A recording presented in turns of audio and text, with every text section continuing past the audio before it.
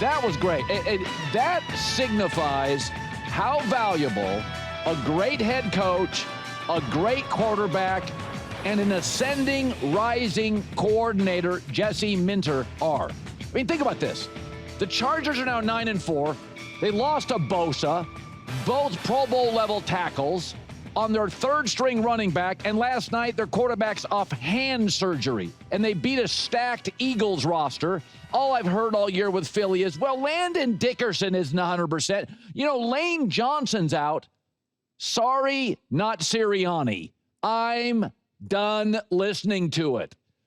Devontae Smith, A.J. Brown, Saquon Barkley, most of the best offensive line in football. The Eagles are 0-3 without a starting right tackle. The Chargers are 4-3 without both their tackles.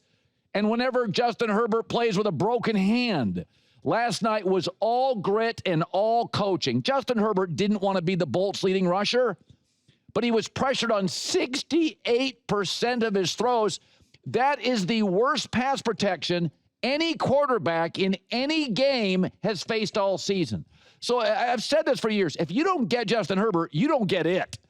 That kid's taken a beating, a record-setting beating. He's under siege. Last night, he finally got one of his running backs back.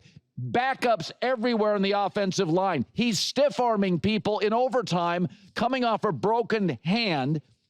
And PFF, I looked this morning, has him as the 6th highest-rated quarterback. So they're 9-4, not to mention in a division with Andy Reid and Sean Payton, the reigning Super Bowl champs and the number 1 seed Denver. And they're 9-4. I mean, it was Dicker the kicker. It was Tony Jefferson retired a couple years ago. He has 4 picks this year. It was Harbaugh. It was Herbert. It was the special teams. It's the kicking. It's Jesse Minter.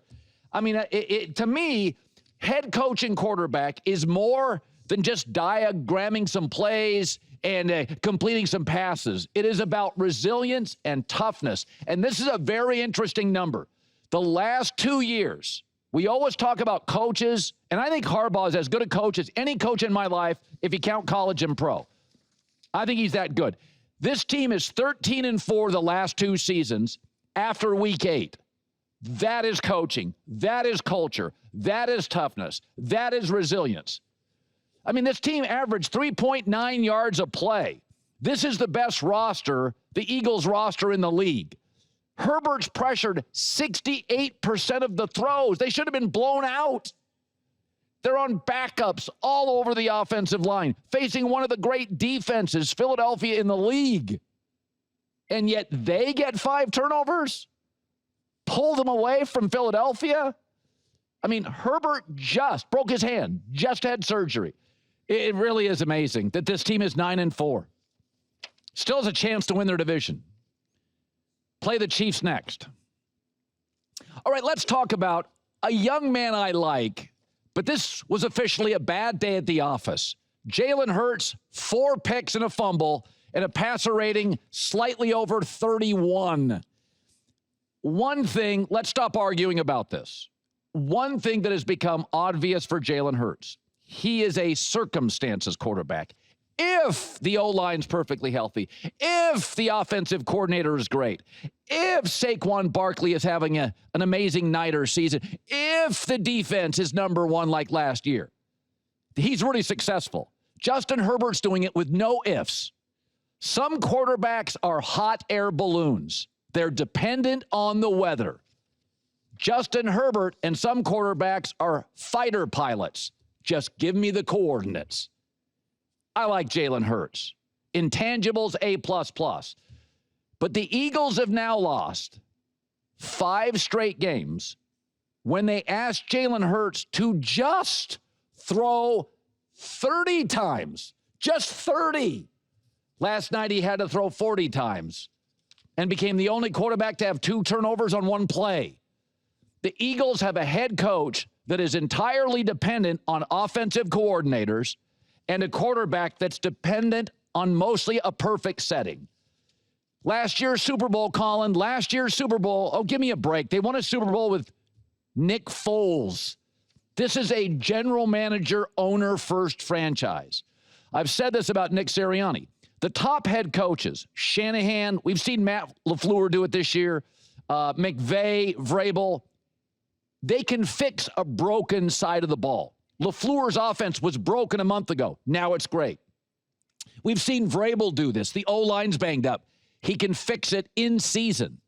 I don't think Sirianni can. I don't think that's who he is. I'm watching that game last night, and it hit me. It's hard to believe the positivity bunny didn't work. It didn't have a bigger impact. I thought that thing was a goofy reach. And I wonder about his future because Philly is like LSU football. They don't win. They don't care. No sacred cows with the Philadelphia Eagles. They've moved off Super Bowl winning quarterbacks and Super Bowl winning coaches. But I don't want to hear, I love Lane Johnson. But you got Saquon and that defense and Devontae Smith and A.J. Brown. And, yeah, A.J. dropped a pass. And I love so much about Jalen Hurts. But he's a circumstances quarterback if everything's lined up. That's not what Herbert was last night. Chargers had no business winning that game.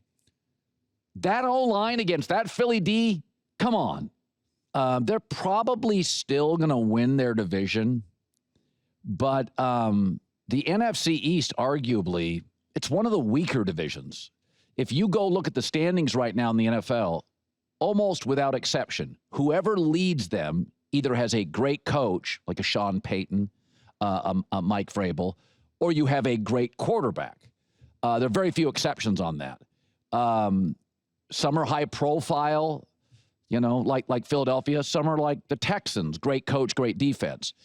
But right now, what's great? I mean, the personnel is, but, I mean, we all know this.